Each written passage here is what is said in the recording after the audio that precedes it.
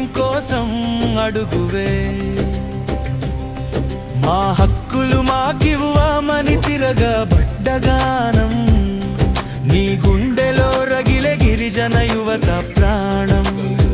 హకింతది సయ్యల్ స్వాతంత్రం వచ్చిన మార్పు ఎక్కడా? మన బతుకుల్లో వెలుగులు నిండే దారేదో తెలుసుకో. గిరిజనులమని పేరుకే పిలుస్తున్నారు కానీ షెడ్యూలు ఏరియా ప్రకటన మనకు దక్కలేదు.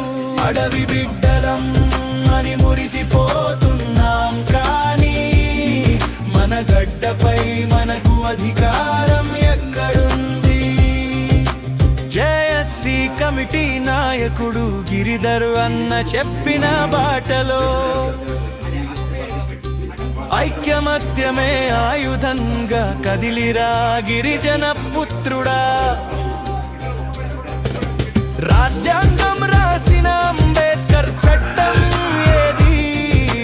5వ షెడ్యూలు కల్పించిన రక్షణ ఎక్కడ ఉంది? చట్టాలు పుస్తకాల్లోనే భద్రంగా ఉన్నాయి కానీ నీ గూడెం గడప దాటి రావడం లేదు. యువత ఉప్పెనలా మరి ప్రశ్నించాలి. నీ హక్కుల కోటను నువ్వే నిర్మించుకోవాలి.